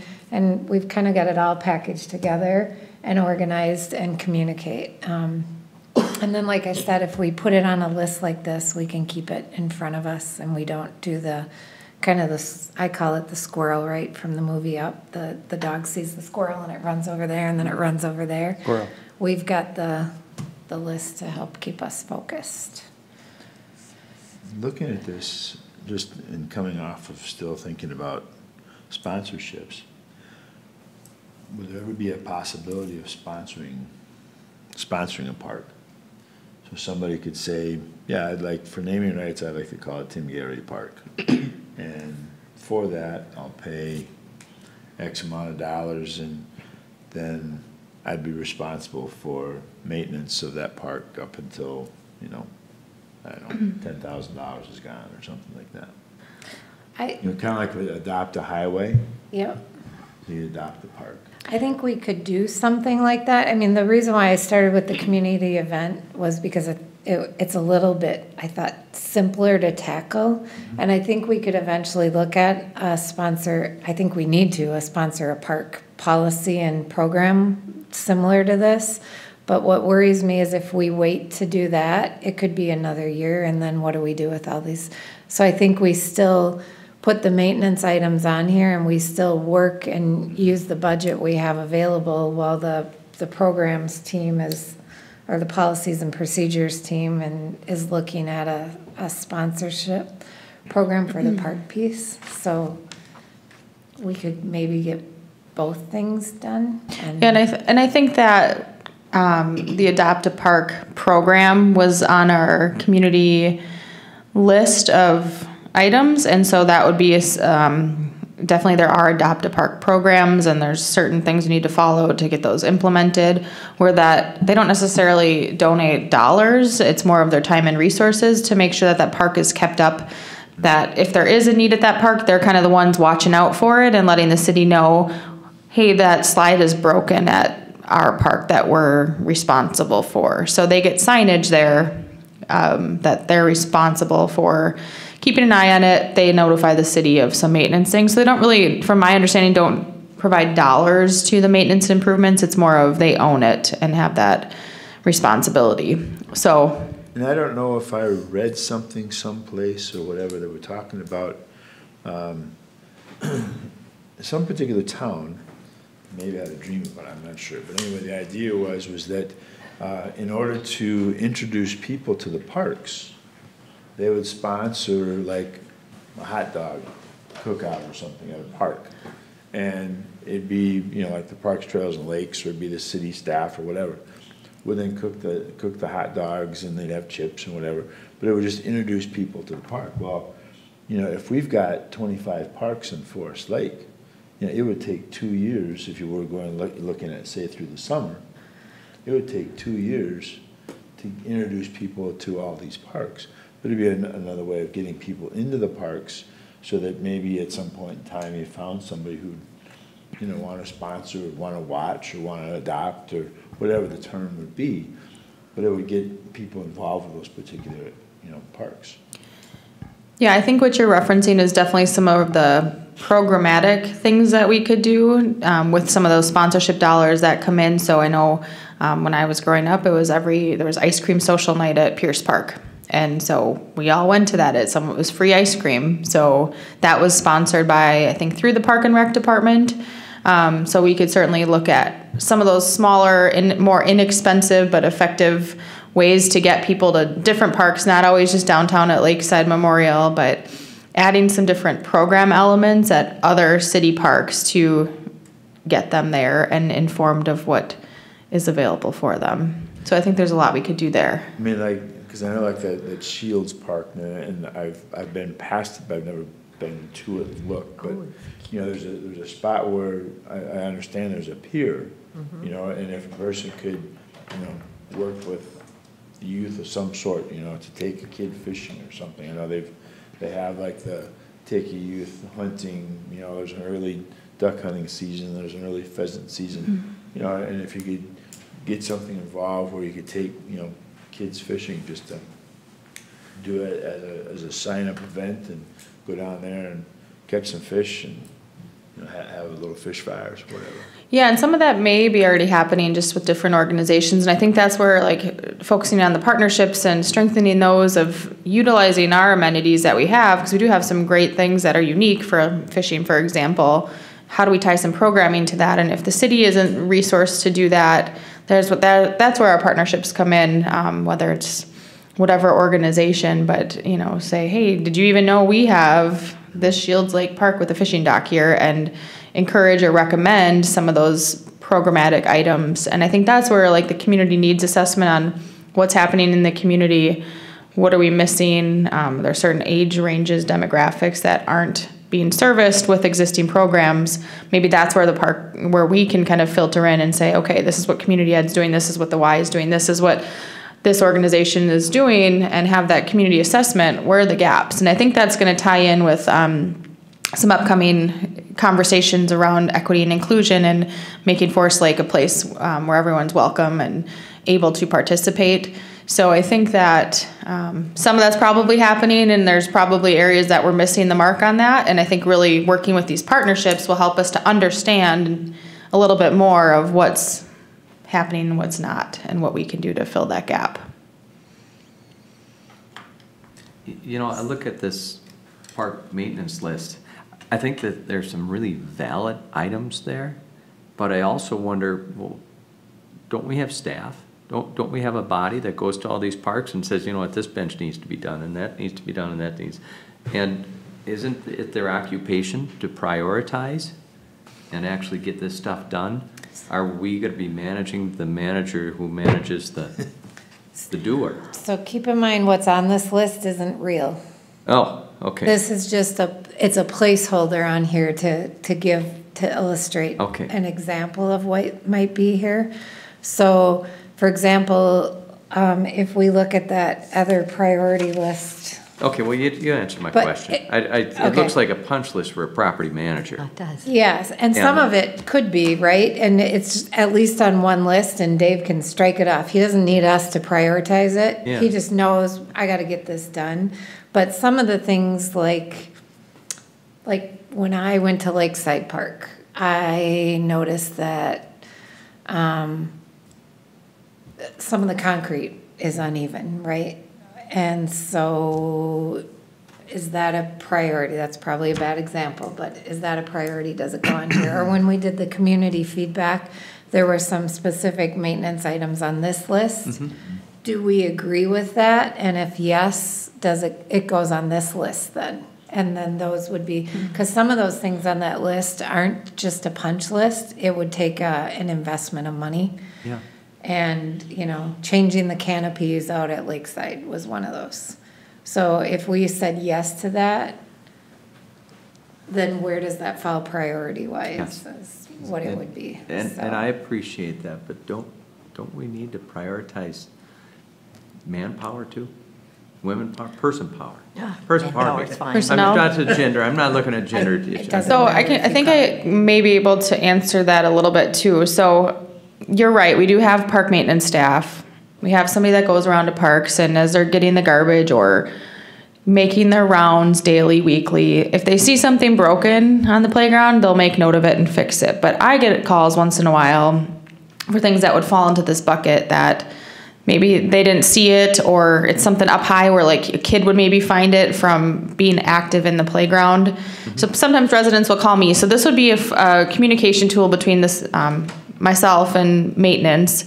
So if I hear, okay, Summerfield Park has a slide, the handlebar at the slide is broken, and our staff wouldn't find that out unless they're going down the slide. That's something that I can add on here, and maybe just put it as critical because it could be a safety thing. So then Dave can see that added to the list, and he can go and just address that, and he manages of what's being done where. But this also gives Parks Commission an opportunity to put things on the list that might not be urgent, or something broken that's going to be a safety hazard. So one example is the landscaping over by the new playground equipment at Lakeside Memorial Park. Parks Commission might say, let's put that on our parks maintenance and improvements list because it'd be a nice aesthetic improvement. But Dave might, Public Works might not think of that as something that needs to be done. So it's an opportunity for you to identify things that you would like to see happen as an improvement or a maintenance item. Another example was the beanbag toss. That's just a nice improvement to the park. So we put that on the list and that's done. So some of the obvious, yes, they're going to catch and they're going to see and they'll just take care of it. But it kind of provides that working list, and we can, keep adding to it as the months go on. I had a call about there's no benches at Manor Park. So that would be something I would put on there and say to commission, okay, where does this fall as a priority? There's no seating there. So that's an example. Another one that's come in, Cooling Camp Park. It's city park, city ordinance says dogs allowed, but on a leash, and people are letting their dogs run free, which is a safety concern to some people as they're walking the trails and a dog approaches them. So there's some signage there, that might not be noted unless we put it on a list like this. So there are some examples that are going to be obvious. There's some that we're going to maybe want to see on the list, but you're right, they're going to kind of manage that based on kind of the budget piece and when they can get to that with staffing resources. There is part-time seasonals are usually mid-May through mid-August, and at that time then they have a few more staff available to kind of go through these punch list items. Otherwise you might have to plan accordingly when it's the off season and they can get something done. Does that help kind of clarify or understand the purpose? Then I see the vast quantity of parks that we have. How are we all going to do a walkthrough and do a punch list? That's hard. Because Karen might see things that she says, hey, this is, holy smokes, and I might say, that's nothing. Look over here. Pretty soon we've got 30 items. It'd be great if we had the time to go through each park that way. Time is the essence too. But along with that time is, because we've done this before. We've gone to the parks before. But not to every one. Not at one time. Right, but Is that possible? So logistically, I think that's probably impossible. It's impossible. That's You tough. split it up, or you target a But- few. we've split it up too and done it that way, and then we've put it on the list. But now we're starting to pick away at small items. We're not doing our bigger picture. That's what I think. I think this is a good list to put on there for things that we need to do as we follow through on our list. I like, say, Belt's master plan, or. Yes, and I think the one key thing tonight, we don't need to have all of the items on there or how we're going to accomplish this. I think the important thing tonight is a discussion on the process. So whether it's myself, public works staff, some commission members, a collaborative effort, if you're out at a random park and you see something that you're like, hey, I would like to put a pollinator garden here, that'd be nice to add to a park. Let me know and I can continue to update this. And if it's kind of one of those question marks, like pollinator garden, great, but which park? That can kind of go on that question mark list for the next parks meeting. So if new ideas come up, then we need to work to figure out where we fit that in. And I think a key thing is if there's community, so there's But we also need to take a look at the list that we got from the community. Right. So there was an So I'll put example that. of put a basketball hoop at Cullen Camp. Yeah. So we need to talk about, is that really important? And if so, let's put that basketball hoop on this list. And then the next request that comes in, we might have to say no to that, or we might have to be able to say, yeah, but we'll get to it after we do the basketball hoop. Do you know what I mean? Yeah, I do. And I guess I was overwhelmed by all these little things that are on here that I'm Painted thinking, by well, hey, crayon. don't we have staff for that stuff? So the punch list items, yes, I think staff can continue, and to Terry's point, if there are things that community input has come in for consideration, maybe our goal is to identify our top 10 priorities by end of December, so that going into next year, we know what our top 10 things are going to be. And so if something else comes in, that would have to go back to the commission first to say, okay, now someone's really interested in XYZ. Here's our top 10. Do we need to move, does this fit in there? Or do we save all our dollars to get these top 10 done first? And then we'll get to that as number 11. So I think it's just more of a process of as community requests come in, how they're handled, so that we don't keep putting one thing in front of the other. And then we're just developing that plan of some of those things that require a little more of a decision of where to add benches, Manor Park, pickleball courts, this cooling camp. I mean, there's a lot of bench requests. There's a lot of table requests. So things like that of like, let's just figure out what our top 10 might be and based on everything we know, so that at the end of this year, we're moving into January with here's what we're going to be working on first. And if anything new comes in, it would have to wait to our next parks meeting to bring to the group. So I can collect anything over the course of between meeting periods, and then that would be reviewed by the Parks Commission. And I like that idea where at the end of the year, we're also running into well, boy, we've got 10 grand that we haven't spent yet, and we can't carry it over, so what do we do?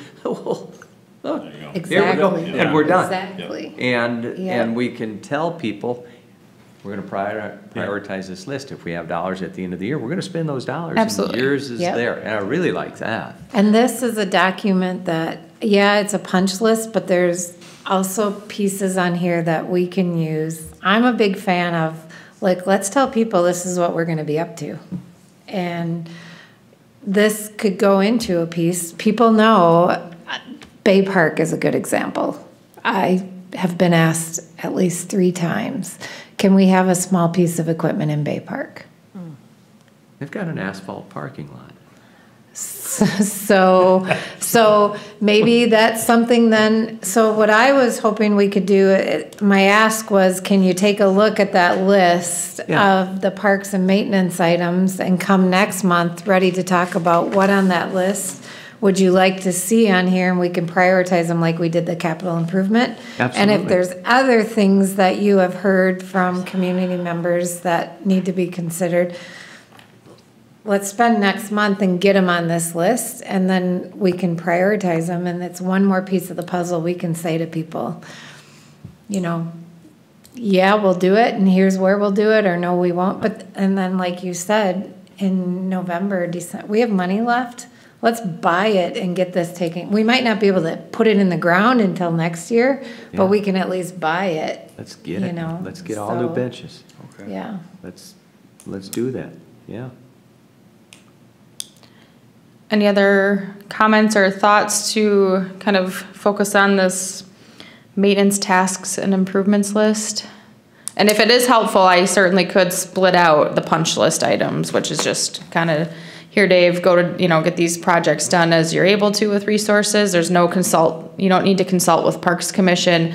And then maybe it would be easier for us to have a working document with more of the items that require a little Parks Commission work. So where to put the dog waste stations, how many benches to purchase, things like that. I don't know if that would be helpful to split out, or if you like the structure per park and we just identify what category it falls in.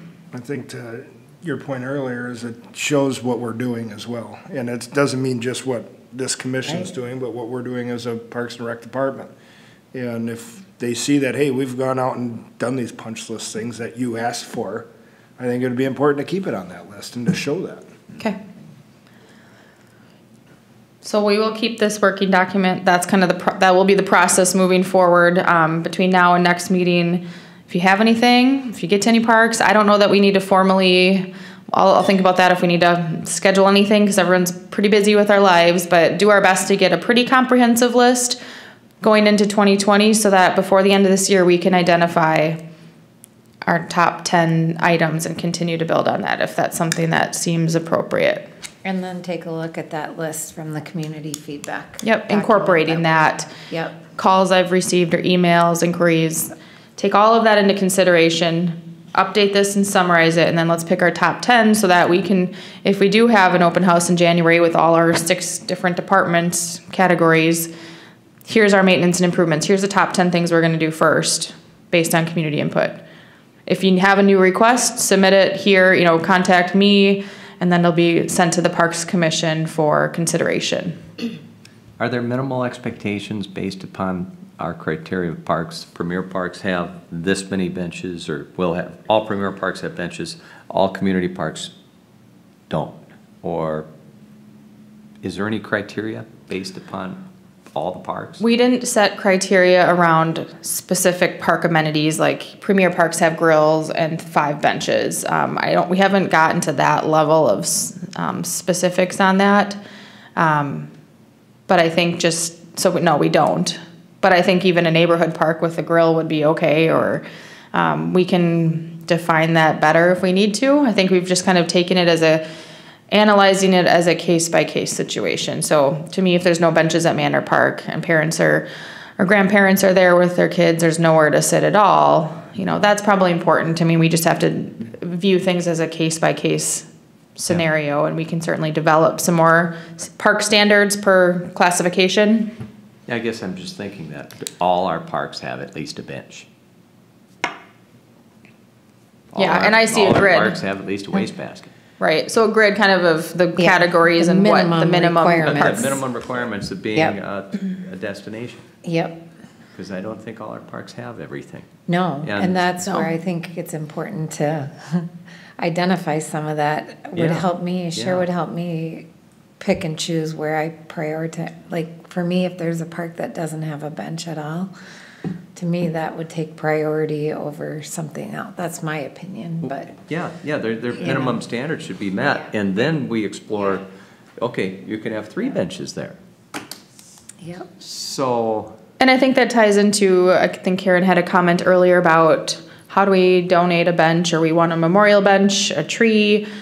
That's another whole program, so donation program. So once we identify our minimum standards for the parks, then we'll have a little bit more once we know where benches, okay, this park, Manor doesn't have a bench. Does anyone want to donate a bench for Manor Park in honor of or memory of? So I think that if we can build that inventory, we'll know which parks are missing benches, which hopefully can tie into a donation program as well.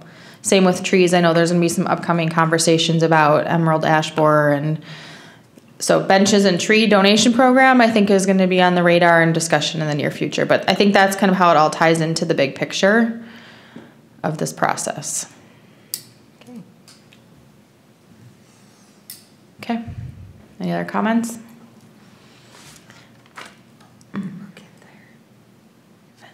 Okay, I will move on. Are you okay if I move on to staff updates? Staff updates, yep. So this is just quick, Belts Park Master Plan next steps. I just wanted to let everybody know that this hasn't been forgotten.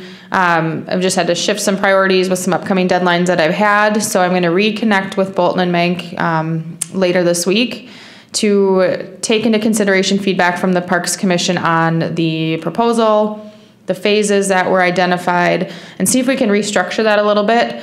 I also am going to be scheduling a capital improvement committee meeting for the last week in October. For those who are available, I believe it's Mr. McKenzie, Mr. Steenblock, and Mr. Ramseth, to talk about this particularly, along with any other items we need to discuss for capital improvements. Dog Park is on that capital improvement list from our workshop that we had. So I think that might be something we would talk about as well. So looking to I'll connect with that group tomorrow to see if we can get a date set to meet on that next belts to kind of keep that process moving forward. Have you sent any emails out recently that I may or may not have gotten? I did on just the packet on Friday, or the email reminder. I didn't get anything. Do you I have have to to create my own. whitelist them? Is that the problem? Like, I don't have any filter on my emails. I have the group on a group email, and so for some reason, emails are being missed at that. Yeah, I didn't get a packet either. I sent an email out on Friday afternoon, so I will maybe I'll just create a new group or just send everybody one individually. But Did that email have the packet, or was that just the? it wasn't the packet, it was the meeting reminder and that was in there. an attachment, sorry. It wasn't the packet, it was a different Have a attachment. packet. Oh. Packet. It was a meeting reminder with an attachment to it. So, anyhow. She's I'll teaching I'll us how to retract that. fish. She makes us go get the packet, which is good. Teaches us how to fish, we know where it is. It's efficient. So thanks for teaching me how to fish. You're welcome. Go to Shields Lake. So that is the update that I have on the Belts Park Master Plan. Anybody else have? I didn't get a reminder. I didn't get anything. I just had a little update that Jamie is going to be coming to the Rotary to talk about the donation that was made. Oh, thank you, yeah. When was that? January 15th at noon. So I did connect, thank you. I did connect with the Rotary on that and learned a little bit more about the funds that are available, kind of the timeline for that. They're available when we need it and when we're ready. So just very great conversation, and we'll keep them informed as we continue to move forward in this and let them know where we're at and where we're going. And I am going to share an update at their meeting January 15th. We're looking forward to it. Me too. Anybody else have any updates? I think our discussion tonight is a good example of a ton of work that we have to complete. I mean, policies and planning, there's a lot of work. It just kind of hit me tonight for some reason, so. It all ties together. It does And I all think tie when we together. get there, it'll be noticeable. Yeah. And I have seen some good steps. So I think people are seeing the work that's being done, and I think appreciate everyone's efforts and collaboration. So thank you. So just a couple recaps. My asks are for next meeting is look at the community sponsorship piece, the events, and provide some feedback and input on that. And then the maintenance priorities, if you can look at that list and anything else you want to add to that. So we can talk about that in November. And then maybe by December, we would have a draft of a package to put together that would kind of summarize, this is the plan for 2020 and going forward. These are the people, these are the committees, these are the capital improvements, these are the maintenance, these are the agreements. This is what we're gonna do, which maybe it'll make it easier and more focused, I don't know. Sounds good. Are we dropping by the end of October to the November that we're going to go and visit all the parks? Is that I think I heard unanimously that was a really bad idea. very impossible idea, but I'm just wondering, and then Jamie said go to some parks and see, would it be any good to just identify four or five parks for each of us and go out there on our own? Well, what are the minimum standards that we're looking for? Well, I would be not looking for minimum standards as much as broken things that aren't maybe there that were on the list from the citizens. yes or no, or, I don't know what else we were gonna do out there, but I just know it's very impossible for us to get to every park as a Absolutely. group. So, and if I go to Belts and you go to Belts and you go to Belts, and nobody else goes to. Let me, I'll send an individual email to everybody. Once I'll talk with some other staff tomorrow and see what approach or what maybe that need is. If we're more looking for like what would be nice or items that we may need to decide on to purchase something, benches or picnic tables or things of that nature with the budget we have left. Maybe not worry so much right now about kind of the maintenance items and that might be in the spring. So I think if we get the system in place, then we know every spring and every fall what our objectives are. And maybe the fall is more focused on some park amenities or things that are on that community needs or wants list that we have funding to purchase. And maybe in the spring when we're getting ready to open parks again, we kind of have a more watchful eye for like, okay, this didn't make it over the winter. We need to paint this to spruce this up. And maybe we're looking with a different eye then. So I think if we get the system in place and the process moving forward for maintenance and improvements requests, I think it'll be a little easier. So I'll send out an email. I know that everyone's really busy. I wouldn't want it to be an expectation to get to certain parks, but Maybe, if you can, or if you get. And just taking a look at that list from the community, there's quite a bit on that Yeah. list as well that I think would give us plenty to do in the area. Is there a time, I mean, is spring or fall any better for Public Works to be looking at maintenance items? I mean, are they slower in the fall than they are in the spring, or? I think that it kind of ebb and flows a little bit. I think things pick up. They're both busy times with fall cleanup right now, and as soon as things thaw out from winter, everyone's ready to get up and running in the for parks and things across the city. I think from our perspective, I would like to eventually see like September being the month we review and say what do we need to purchase or what are some items that we could potentially secure yet within our budget for the year. So maybe next year just start this a month earlier. I'm not saying we're still not at a point where we can't get anything done. But I think from our perspective, the fall is going to be better to look at what are some things on our list identified from the community or the Parks Commission that we might need or have interest in and that we can still purchase in the year. And then I think in the spring is more of, okay, let's give Public Works a really long to-do list for this, and chip away as you're able to and as you have resources, and that's where they manage that list of, it would be really nice if we can paint the bathrooms. It'd be really nice if we could spruce up some landscaping at these parks, add a tree here, some things like that where then they can just kind of get to it as they're able to if it's not urgent. Does that help clarify? Mm-hmm. Okay. Anything else for the good of the cause before we adjourn? Good. Move adjournment? Motion? Move adjourn? Got a motion to adjourn? Do we have a second? Second? All in favor? Aye. Opposed? Motion carries. Thank you, Terry, for all your extra work.